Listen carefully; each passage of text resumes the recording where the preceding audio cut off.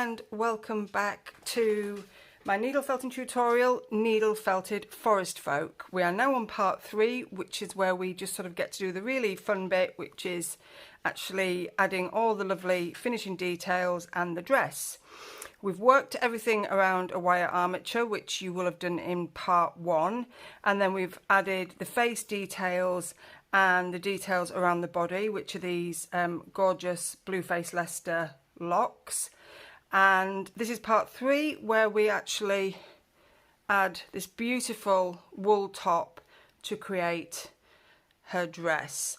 Now you can use any wool top you like. I always advise using wool top for this though, because you get a really nice flow with it, and you'll see what I do when we've actually got it on her and cut to size. So I have used 2 contrasting colours here. We have a really beautiful sort of emerald green here, and it's absolutely gorgeous. And then on top of that, because the dress is actually in 2 layers, so we've got the top layer and a longer layer underneath. So the shorter layer on the top is this nice sort of soft muted sage green. So there's a really nice contrast going on, and it also tones down that vivid emerald green. Now we put the hair on last because it's just easier to get the dress over the head. So lay your 2 contrasting colours, whatever they may be, onto your mat, and then just pop a little hole. Do them both at the same time, but just pop a little hole there. So just pull the wool gently apart, and the same there. And then we're just going to pop that over her head.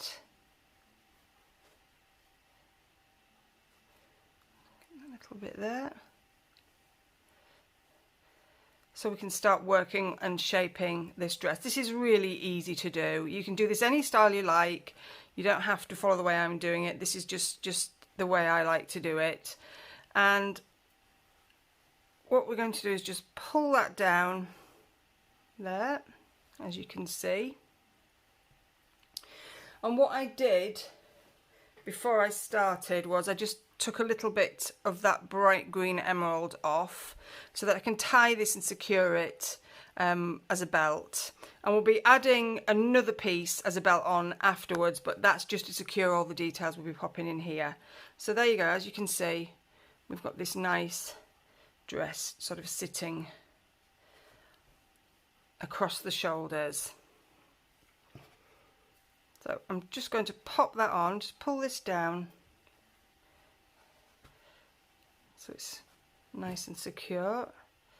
And I'm going to go up as high as I can because I kind of want it to be up near the top of the dress. And I'm just going to tie that in a knot at the back there, and then knot it again and flip that back over. So there we go. Now what you can see here is we've lost some of the arms here.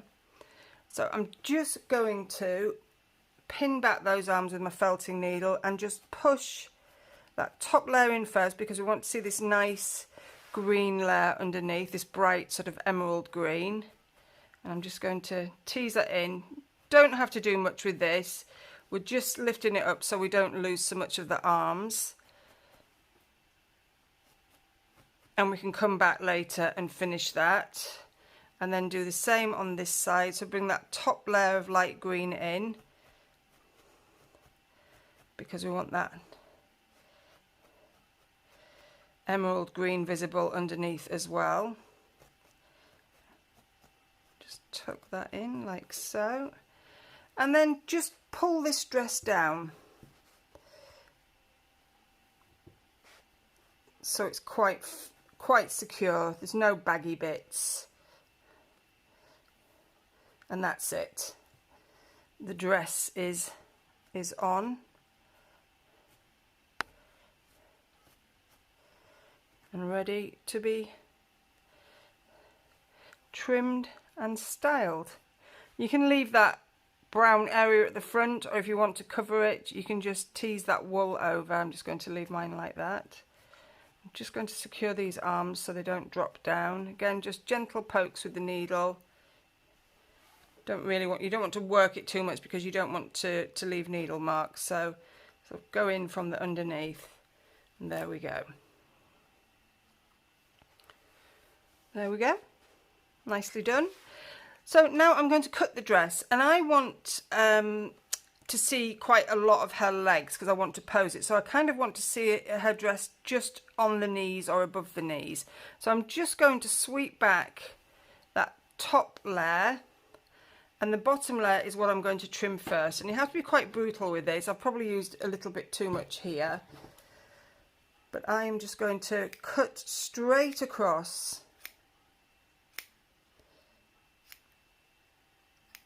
So you've got quite a blunt edge there. And then I'm going to flip over, pull that top layer back, and then cut roughly the same length as on the other side. Doesn't have to be perfect, don't worry about it. Just don't snip into the legs. Turn it back over. We're going to thin all this out and really make it flow soon. I'll show you that in a moment. And then this top layer wants to be shorter than the bottom, so I'm going to go straight in here and cut that off. And the same at the back. Now, as you can see with this one I've done, we've got these really nice sort of twizzled ends, and it really adds some movement to it and makes it flow. So that's what we're actually going to do. And to do that, pull that back again. Just got a little bit of length at the back there. I'm just going to trim a little bit off.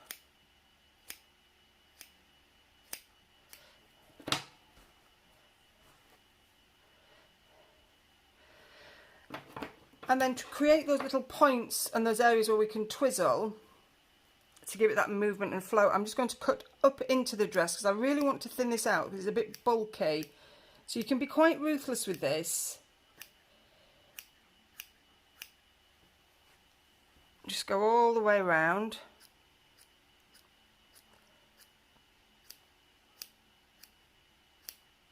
Don't be frightened to cut in. I mean, if you like it as it is, then leave it, that's fine, but I like to style it this way. And then just go along and pull out little wisps, and you'll see where you've snipped. Can you see now how you've got these little pointed ends, and it's giving it much more shape, almost like a little ballerina dress, I suppose, or a little dance dress.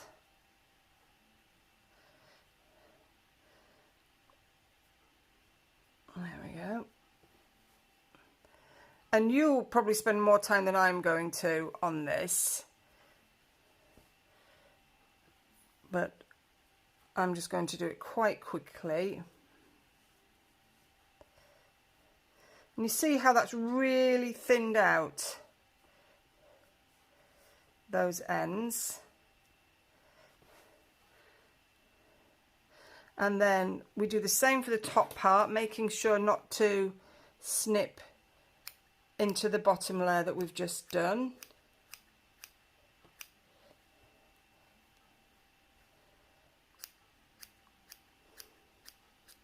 Because we want it to look good at the back and the front.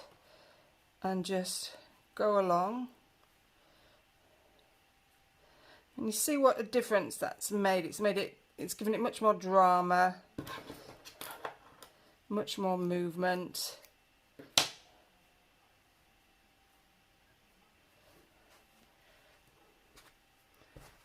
Just get rid of the little bits that you're snipping away because it can get a bit messy.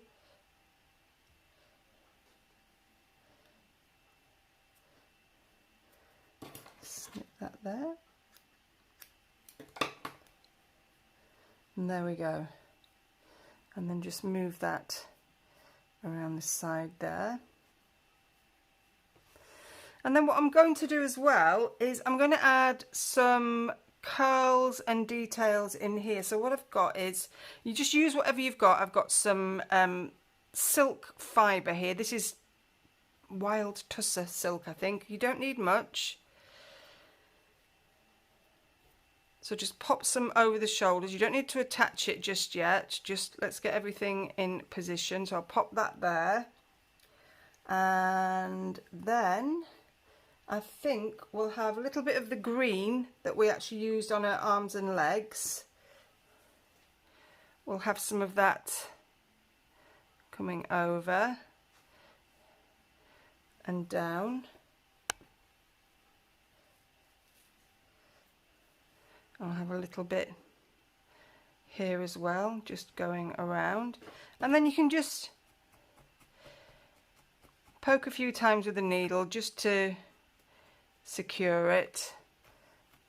And you don't need any of this, but whatever you've got lying around. I mean, I've got some Wensleydale locks here. I'm not going to use these because I think it's going to be overkill, but whatever you've got, some other browns and creams there, you can use.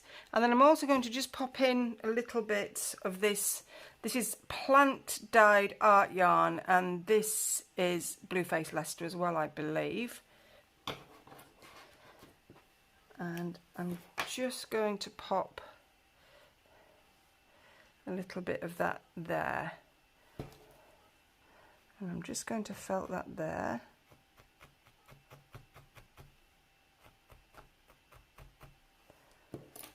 And I don't think I really need too much here. I'm just wondering if a little bit more of maybe a little bit of orange, just to bring it alive a little bit, because we've got an awful lot of green going on here. So we'll just pop that on. Now this is why we put a second belt on. So from the wool that I kept from the long lengths previously, I'm just going to pop that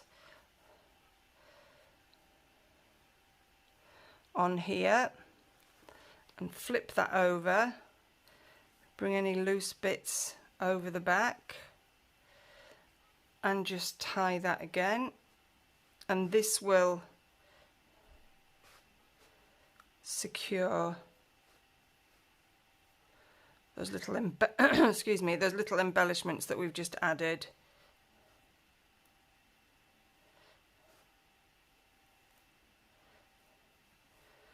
And then you don't really need to do anything with that. You can just tease that down, and this is really good as well.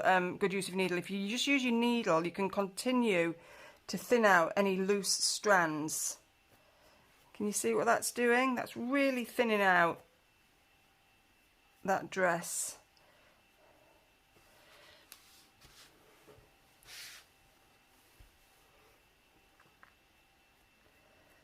Do the same here.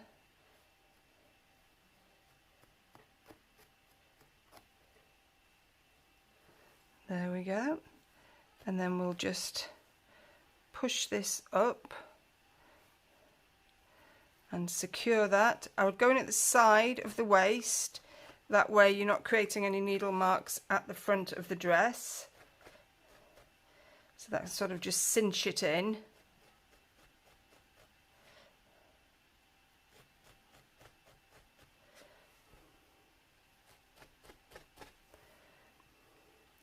And then just bring this over here and felt that in and down the back. And you can add more, but I'm just going to leave it at that.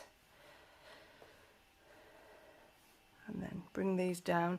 And then what you can do as well, I mean, you've got, this is looking gorgeous and you've got some really nice movement going on here. But these little thin wisps now, you can just take them in between your fingers, and if you just twizzle, it mats the ends. And just use your fingers to separate, and do the top skirt as well. And can you see what that's doing? It's creating those lovely sort of pinched areas of wool. And you can't beat a bit of twizzle when it comes to needle felting. In fact, if you watch my hedgehog video tutorial, this is what I do when I'm creating the spikes. You pull all the contrasting wool through from the base of the core of the hedgehog, and the contrasting wool that you're pulling out, you then twizzle and it creates these brilliant spikes that are absolutely perfect for hedgehogs. So definitely, if you're interested in needle felting a hedgehog, super easy. You can probably do it in about 30 minutes. Just have a look at my my list of videos, and there you go. Can you see? Can you see what a difference that's made though? How beautiful is that? Oh, I love that. Look, gorgeous. And then you can flip them to the side, so if she's posed, it look, you know, and she's running, she could be running through the wind with her dress flowing, however you want to style it. That's it for the dress. I'll just get rid of all these. It does get a little bit messy, this. So now what I'm going to do is I'm going to pop on her hair, sort of the icing on the cake, really. And I'm going to use this, as I said, this beautiful plant-dyed art yarn. You can use whatever you can get hold of. I mean, these are just beautiful Wensleydale locks. You've got Blueface Leicester Yacht locks here. And I say I've got the brown and the cream ones here. Whatever you've got, whatever you want to use. And it is so easy. Just work from the top, middle of the head. Just start above her eye line. You don't want to come too far over the face. And just poke in the locks. And then you can cut individual pieces if you want, but what I tend to do is I tend to just loop it and just add it all as one piece. So create that loop, bring that over, and then I can cut it afterwards. And because I like sort of short bits and long bits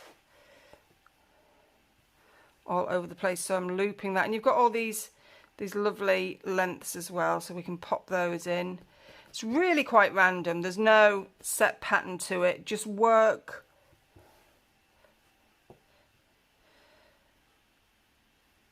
down the center of the head. Leave these sides loose. Maybe just pin a few of them down, just so that you've not got too many gaps. And then just keep working.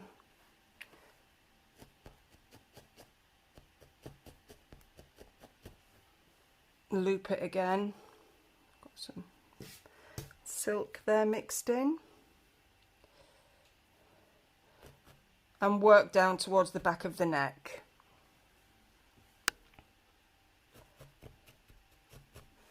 And keep that going. And as I said, you can add all sorts of colours in here. You can keep it simple. You can blend your colours. You can do one colour. This is, you know, really nice sort of peaches and cream colours. And I've gone for this peachy colour because just to break up the green. And I'm going to leave her hair quite wild as well, you know, because she is of the forest. And this is my take on how she looks. You see, we've done that there now, and she's looking a little bit crazy there. I think I'll just pop a little bit more at the front here.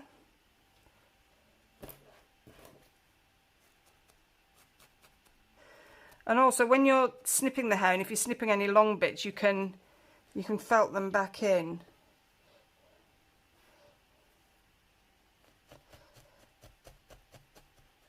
There we go. And I think I'm just going to snip that off there. Quite a lot going on. But then you see these loops. Just going to cut through them.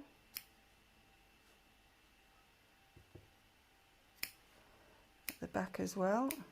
So it releases them all. That's just a quick way of doing it. If you want to do them all as individual pieces and you're a bit more of a perfectionist than I am, then, you know, take your time. A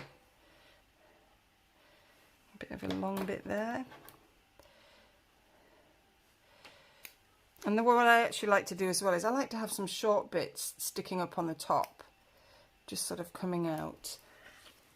I'm just going to see if I've got just a little bit of the creamy part of this, just to add some contrast on the top of the head there. That's better. And see how that just breaks that up. Depends how the colour runs through your wool, really.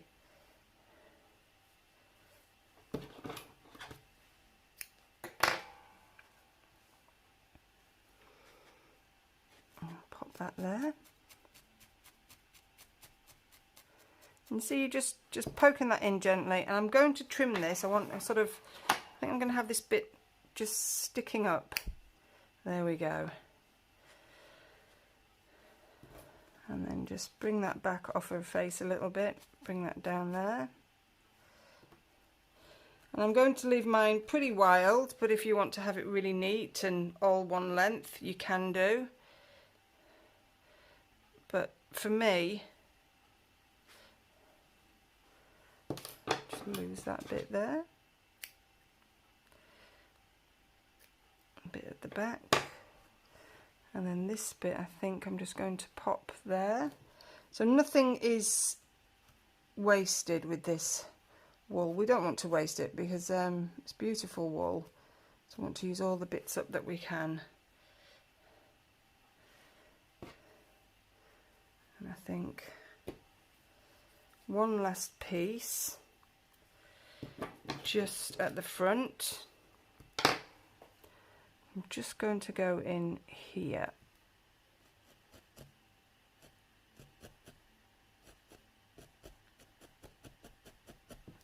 That's it, that's what she needed.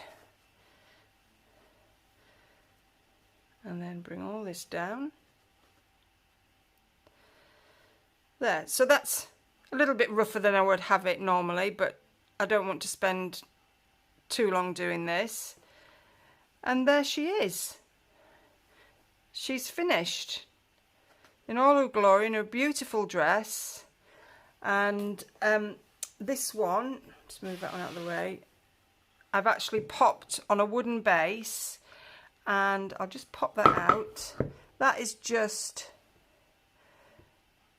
it's a barbecue skewer. I've drilled a little hole in a wood slice, pop that in, and then just poked the pointy end up the back of her dress and mounted her like so. Can you see that?